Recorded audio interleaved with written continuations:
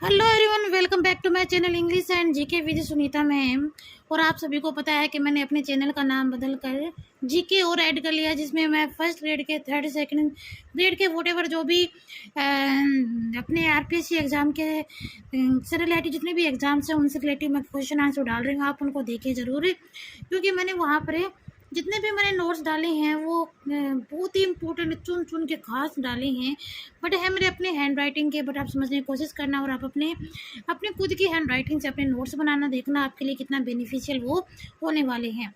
चलो हम अपने आज की पोइम स्टार्ट करते हैं, जो फर्स्ट ग्रेड की एक बहुत ही अहम पोइम है और अपने बीए लेवल की 3rd नंबर की पोइम है विलियम वर्ड्सवर्थ की डैफोडिल्स। पोइम का नाम है डैफोडिल्स। फर्स्ट ऑफ ऑल मैं आपको ये बताना चाहूँगी कि इस पोइम का जो मैंने हेडिंग थी वो I wandered lonely as a cloud थी, जो बाद में इसका जो नेम चेंज है वो डैफोडिल्स के रूप में कर दिया गया, क्योंकि इसके अंदर जो भी प्रेजिंग की गई है, जो भी इसके बारे में बताया गया है वो डैफोडिल्स है। इसलिए आगे हम चलते हैं। यहाँ पे एक पोइट बताते हैं कि I wandered lonely as a cloud. यहाँ पे पोइट बताते हैं कि मैं वंडर्ड घूम रहा था ऐसे ही, बिना किसी मकसद के, बिना किसी पर्पज के। लोनली एज ए क्लाउड, जैसे एक क्लाउड होता है, जैसे बादल घूमते हैं वैसे ही अकेला मैं घूम रहा था। और बादल कहाँ पे घूमते हैं? The floors on high over valleys and hills, जहाँ वैलीज और हिल्स होते हैं उनके ऊपर, उनके हाई लेवल पे उनके ऊपर वो तैरते रहते हैं। उन्हीं की तरह, उन क्लाउड की तरह मैं भी अकेला घूम रहा था। यहाँ पे देखो एज का यूज में हुआ है, इट मीन्स यहाँ पे एज या लाइक यूज में होता है, वहाँ पे सिमली यूज होती है। जो लिटरेरी फॉर्म्स होती है वो सिमली होती है। The next when all at once I saw a crowd. Next आगे विलियम वर्ड्सवर्थ कहते हैं कि व्हेन ऑल एट वंस, कि जब मैंने एक बार इन सभी को देखा, किन सभी को?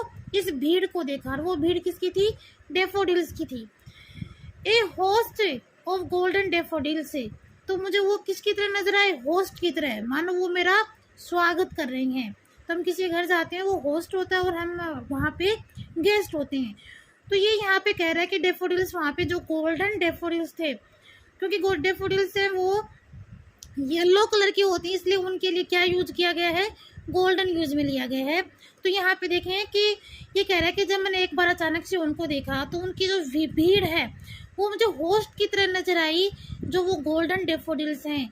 तो यहाँ पे क्राउड है, यहाँ पे जो क्राउड है और गोल्डन डैफोडिल्स है, यहाँ पे जो लिटरेरी फॉर्म यूज हुई है, सॉरी जो लिटरेरी टर्म यूज हुई है वो मेटाफर है, क्योंकि मेटाफर बिना लाइक और एज के कंपैरिजन के लिए यूज होता है। ये मैंने आपको पहले भी कहा है। तो यहाँ पे क्राउड, वैसे तो आपको पता है क्राउड भीड़ के लिए यूज होता है, पीपल के लिए यूज होता है।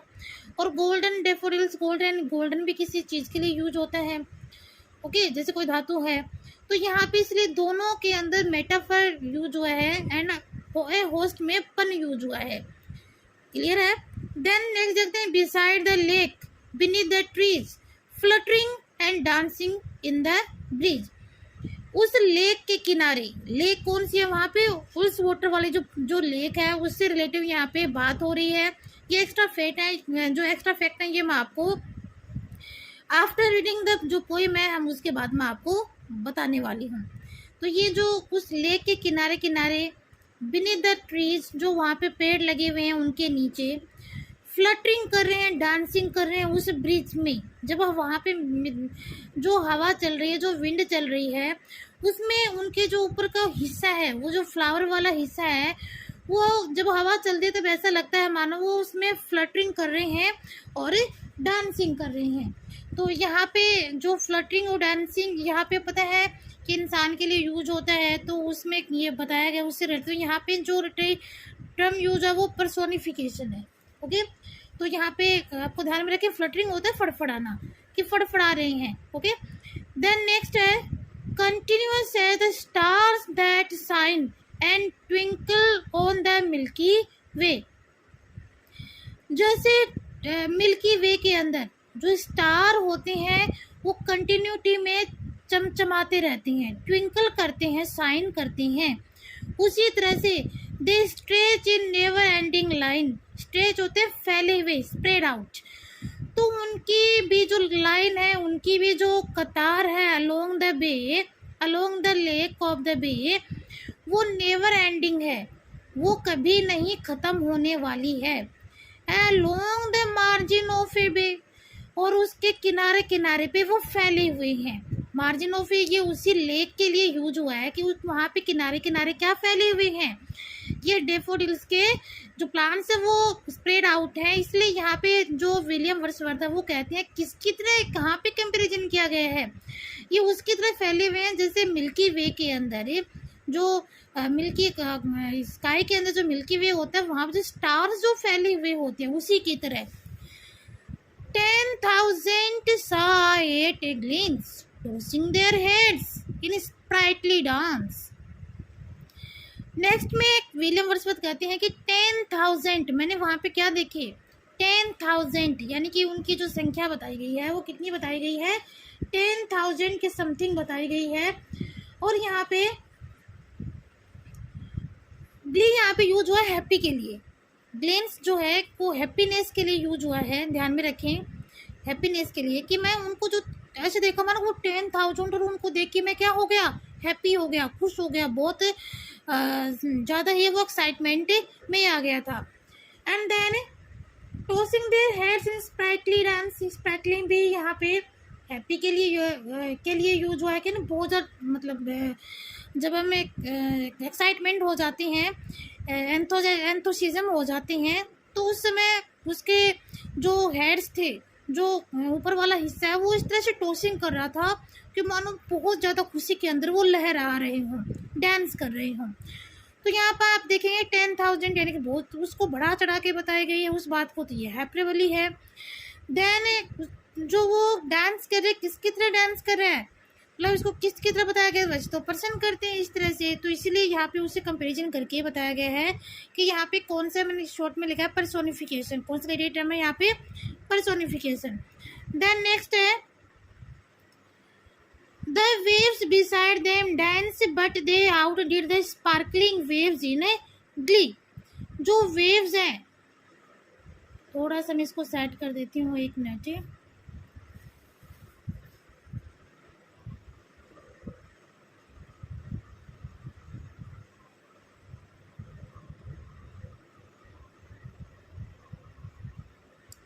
एक मिनट, ये सही, हाँ okay,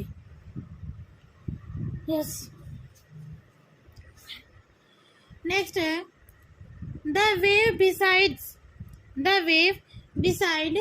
them dance but they out did the sparkling wave in the Glee. जो उसकी जो लहरें हैं वो भी उनके समान क्या कर रही हैं, ग्लेज कर रही हैं, सॉरी कहाँ, एक मिनट, हाँ, out did the sparkling waves in Glee. जो वेव है उसके किनारे किनारे वो क्या कर रहे हैं, डांस कर रहे हैं। यहाँ पे जो वेव आया है ये जो वो उस पार्कूल्स की जो लेक है तो उसके लिए ये वेव यूज हुआ है।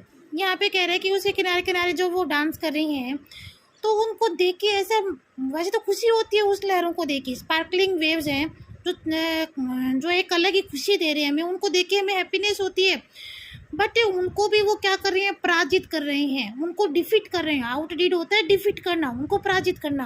यानी कि जो वो डेफोडिल्स के जो प्लांट्स हैं वो उनको देख के ऐसा लगता है मानो ये उन वेव्स को भी, उनके लहरों को भी क्या कर रही हैं, पराजित कर रहे हैं। उनके डांस के आगे इनका डांस ज़्यादा हावी हो रहा है।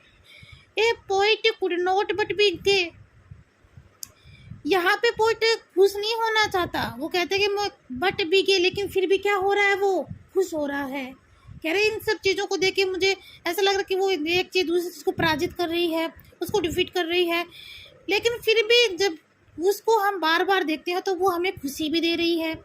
इन सच ए जकंड कंपनी, ये क्या कह रहा है, वास्तव में ये बहुत ही उनकी जो कंपनी है, वास्तव में वो कंपनी कैसी है, खुशी देने वाली कंपनी है। यहाँ पे जकंड खुशी के लिए ही यूज हुआ है। जो गी है, ग्लिंस है, गे है, जकंड है, ये सारे के सारे वर्ड से हैप्पीनेस के लिए यूज हुए हैं। तो उनकी जो कंपनी है जकंड कंपनी मीन्स जो वहाँ पे जितने डैफोडिल्स वहाँ पे फैले हुए हैं वो उनको देख के, उनकी जो कंपनी है उनको देख के बहुत खुशी फील हो रही है। आई गेज एंड गे, तो यहाँ पे जकंड कंपनी देखो, यहाँ पे मेटाफर है, इसको देख लेना। वैसे कंपनी अपने जो इंसान होते हैं उनके लिए यूज होता है ना। I gaze and gaze but little thought what wealth the show to me had bought। Gaze and gaze में एक रिपीटेशन यूज हो रहा है, देखो बार बार यूज हो रहा है इसके अंदर। पूरा वर्ड जब यूज होता है तो उसके लिए रिपीटेशन यूज होता है, और जहाँ पे कॉन्सोनेंट की रिपीटेशन होती है वहाँ पे अलिट्रेशन होता है, जहाँ पे वोवल वर्ड की जो रिपीटेशन होता है वो अनसोनेंस होता है। ओके, देन नेक्स्ट देखते हैं हम यहाँ पे कि ये जो थोड़ी सी खुशी है जो मैं इसको बार बार देख रहा हूँ, बट लिटिल थॉट, लेकिन जब मैं थोड़ा सा इसके बारे में सोचता हूँ, would well the show to me had bought, ये मुझे उस धन दौलत से भी ज़्यादा खुशी नज़र आती है जो हम उस पैसों से खरीदते हैं। जो भी चीज़ हम पैसों से खरीदते हैं अपने आनंद के लिए, वेल्थ यहाँ पे धन दौलत, बोट यानी खरीदना, कि हम जो भी शो ऑफ की चीज़ें पैसे दे के खरीदते हैं उनसे भी अधिक ये क्या है, खुशी देने वाली है जब मैं इसको बार बार देखता हूँ। For often when on my couch I lie in vacant और इन ए पेंसिव मूड है। यहाँ पे नेक्स्ट विलियम वर्ड्सवर्थ कहते हैं, अक्सर है, जब मैं अपने काउच के ऊपर लेटा रहता हूँ, काउच सोफा, अपने वेकेंट और पेंसिव मूड में, यानी कि जब मैं खाली रहता हूँ और मेरा मूड होता है कि मैं काउच पे जाके सो जाऊँ, कुछ सोच विचार करूँ मैं।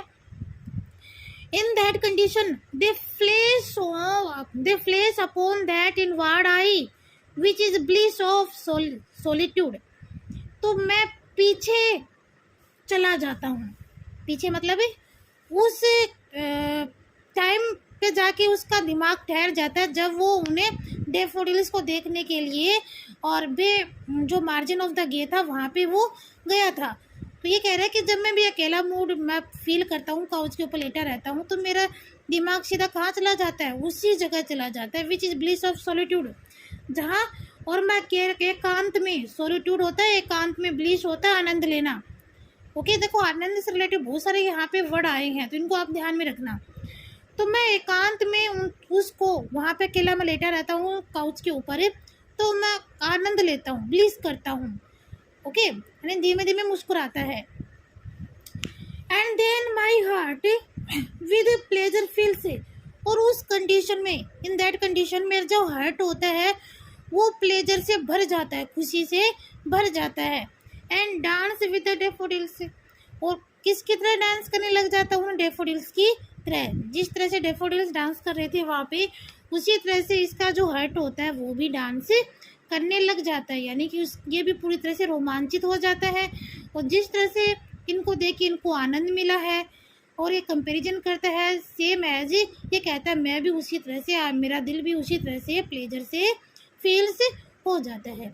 ओके, आई होप आप लोगों को पोइम समझ में आई होगी, और इसके अंदर जितने भी रिलेटेड टर्म्स यूज़ हुए हैं प्लीज़ आप इनको एक अपने नोट्स बना के वहाँ पे लिख लेना, क्योंकि आजकल क्या होता है कि जो एग्जामिनर होता है वो जो स्टेंजा होता है उसके अंदर जो लाइन होती है वो दे देता है और फिर पूछ लेता है कि इसके अंदर कौन सा लिटरेरी टर्म है, या फिर कोई भी ऐसी लाइन दे देगा जब पूछ ले कि इसके अंदर आखिर क्या पूछा गया है।